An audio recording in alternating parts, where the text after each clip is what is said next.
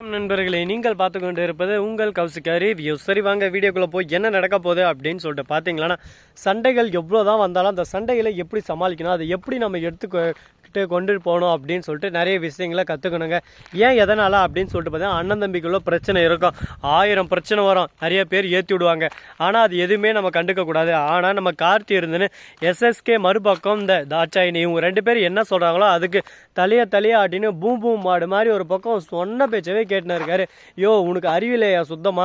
கார்த்தி, நீ எல்லாம் மனுஷன் தானே சொல்லு பார்க்கலாம். இத்தனை வருஷம், அதுவும் 30 வருஷமாக உன் கூடவே பிறந்து வளர்ந்த உன் அண்ணன், அவனை பற்றி உனக்கு தெரியாமல் அவன் மேலே அபாண்டமாக பழி போடுறாங்க. அதை நம்பிக்கிட்டு என் அண்ணன் தப்பு செஞ்சுருப்பாரு, என் அண்ணன் கேடு கெட்டவர் அப்படி இப்படின்னு சொல்லிட்டு நினச்சிட்டு இப்போ நம்ம கௌதம் இருக்கார்ல, அந்த வீட்டுக்கு போயிட்டு கௌதம் சட்டையை பிடிச்சிட்டு இந்த சொத்தால் எனக்கு இப்போவே வேணும், நீ சொத்தால் கொடுக்கல அடுத்த செகண்ட் நான் கோர்ட்டுக்கு போவேன் அப்படின்னு சொல்லிட்டு ஒரு பக்கம் பேசினு இருக்காங்க. அந்த சமயத்தில் சொத்து எல்லாம் நீ எடுத்துக்க, நான் வேணான்னு சொல்ல, ஆனால் ஒரே வீட்டில் ஒன்றா வாழலான்னு சொல்லியிருக்காங்க. இந்த கேடு கெட்டவே இருக்கிற வீட்டில் நான் வாழ மாட்டேன், நம்ம 2 பேரும் பிரிச்சுவே உன் பொண்டாட்டி தான், உன் பொண்டாட்டியை வீட்டை விட்டு துரத்துறியா சொல்லு அப்படின்னு சொல்லிட்டு கேட்குறாங்க.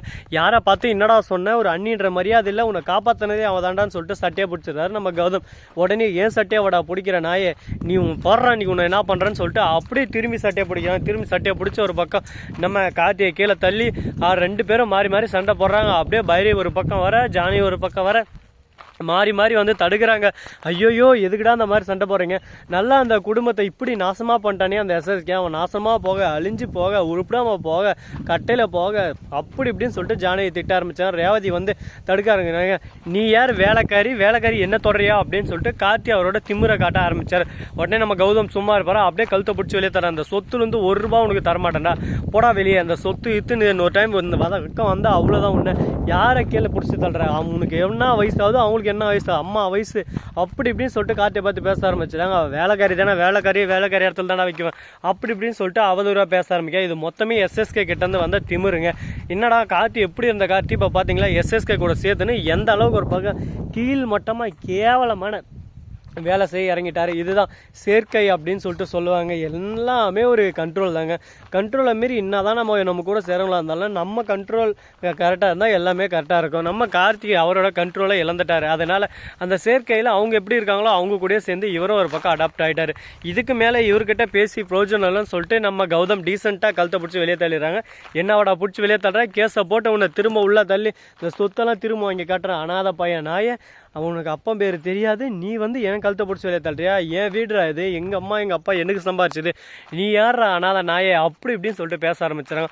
மனசளவில் நம்ம கௌதம் ரொம்பவே உடஞ்சி போயிடுறாரு. இதுக்கு தான் நான் அப்போவே சொன்னேன், இது எதுவுமே எனக்கு வேணாம், நான் அந்த வீட்டை விட்டு போய் நான் சந்தோஷமாக வச்சுறேன், சொல்கிறே தவிர எதுவும் செய்ய மாட்டேனேடா, வாயிலே வட சுட்டுன்னு இருக்கடா, இந்த மாதிரி பேசி பேசி பேசி தான்டா எல்லாரையும் கரெக்ட் பண்ணி வச்சுன்னு இருக்கேன், எதுக்குடா அந்த மானகட்ட பொழப்பு அப்படி இப்படின்னு சொல்லிட்டு கார்த்தி வாய்க்கு வந்தபடி வார்த்தை அள்ளி விடுறாரு. கார்த்தி, தீயினால் சுட்ட பொன் உள்ளாரும் உள்ளாராதே நாவினால் சுட்ட விடு, நீ வந்து நெருப்பால சுட்டாக்கடா அது ஆறிடும், ஆனால் அந்த வார்த்தையால் நீ சுடுற பார்த்தியா அது என்றைக்குமே ஆறாது, அப்படியே சும்மா வலிச்சுக்கிட்டே இருக்கும், தகதகதானி எரிஞ்சுக்கிட்டே இருக்கும். அதனால் எந்த அளவுக்கு முடியுமோ அந்த அளவுக்கு ஒரு பக்கம் வாயை கண்ட்ரோல் பண்ண கற்றுக்கும். திடீர்னு உண்மைகள் எல்லாம் தெரிய வந்து அந்த சமயத்தில் நீ வந்து உங்கள் அண்ணன்கிட்ட பேச வேண்டிய தருணம் வரும். அந்த தருணத்தில் ஐயோ, நம்ம இந்த அளவுக்கு கேடு கெட்டவங்களாக இருந்தோம்னா, தப்பு எல்லாமே நம்ம மேலே வச்சு நம்ம அண்ணனை இந்த அளவுக்கு பேசிட்டோம்லே அப்படின்னு சொல்லிட்டு ஒவ்வொரு செகண்டும் ஒவ்வொரு நிமிஷமும் அணுவாக அந்த வருத்தம் வரும். அப்போ தான் தெரியும் அந்த வலியோட வருத்தம் என்னன்னு சொல்லிட்டு. இதுக்கு தான் சொல்கிறது, எந்த ஒரு வார்த்தையை நம்ம பேசுறதுக்கு முன்னாடி அளந்து பேசணும், இல்லைனா நம்ம வாழ்க்கையை ஒரேடியாக அளந்து விட்டு போயிடுவாங்க. சரி, போனதெல்லாம் போயிடுச்சு, இதுக்கப்புறம் என்ன பண்ண போகிறோம் ஏது பண்ண போகிறோம் அப்படின்னு சொல்லிட்டு பார்த்தீங்கன்னா, நம்ம வெண்பா குட்டி இருக்காங்கள, அவங்க என்ன பண்ணுறாங்க அப்படின்னு சொல்லிட்டு பார்த்தீங்கன்னா, கரெக்டாக நம்ம விஜய் இருக்காங்கள, அவங்க இருந்துன்னு எதுக்காக இந்த கான்செப்டுக்குள்ளே அவங்க 2 பேரும் வந்தாங்கன்னா, மகா சங்கமம் இப்போ கொண்டு வர போகிறாங்க. என்னடா சொல்கிறேன், இது உண்மையா அப்படின்னு சொல்லிட்டு பார்த்தேன். ஆமாங்க, அரசியல் பொருசில் கேள்விப்பட்டது வரைக்கும் இப்போதைக்கு 2 கான்செப்டையும் ஒன்றா இலக்கியாவும் மறுபக்கம் மல்லியும் வச்சு மகா சங்கமம் மாதிரி ஞாயிற்றுக்கிழமை வைக்க போகிறோன்னு சொல்லிட்டு ஒரு இன்ஃபர்மேஷன் வந்திருக்கு. அது உண்மையாக பொய்யான்னு சொல்லிட்டு தெரியல.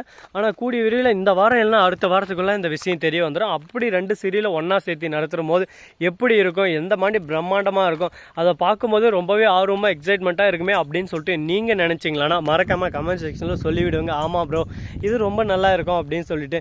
சரி, ஓகே கைஸ். அது மட்டும் இல்லாமல் நம்ம கார்த்தி இருக்கார்ல, அவர் வந்து அசிங்கப்பட்டு அவமானப்பட்டு அந்த இடத்துலேருந்து கிளம்புறாரு. இதுக்கப்புறம் வாழ்க்கையில் என்றைக்குமே இந்த பக்கம் வர முடியாத மாதிரி அசிங்கப்பட்டார். இதுக்கு தான் சொல்கிறது, தன்வினை தன்னை சுடுன்னு சொல்லிட்டு சரி ஓகே, கார்த்தியோட கான்செப்ட் முடிஞ்சிச்சு. இதுக்கப்புறம் என்ன நடக்குதுன்னு சொல்லிட்டு பார்த்தீங்கன்னா நம்ம அஞ்சலி இருந்து எஸ்எஸ்கே கிட்ட பேசிகிட்டு இருக்காங்க. எஸ்எஸ்கே இதுக்கப்புறம் நம்ம என்ன பண்ணமோ ஏது பண்ணணும்னு சொல்லி தெரியாது. அந்த கௌதம் நிம்மதியாக தூங்கக்கூடாது, அவன் வீட்டுக்கு போயிட்டான், அவன் வீட்டில் ஒரு நாள் கூட அவன் நிம்மதியாக தூங்கக்கூடாது, அந்த மாதிரி அவனை அணுவணுவாக சித்திரவதைப்படுத்தணும், அதுக்கு நீங்கள் தான் உதவணும்னு சொல்லிட்டு பேசினு இருக்காங்க.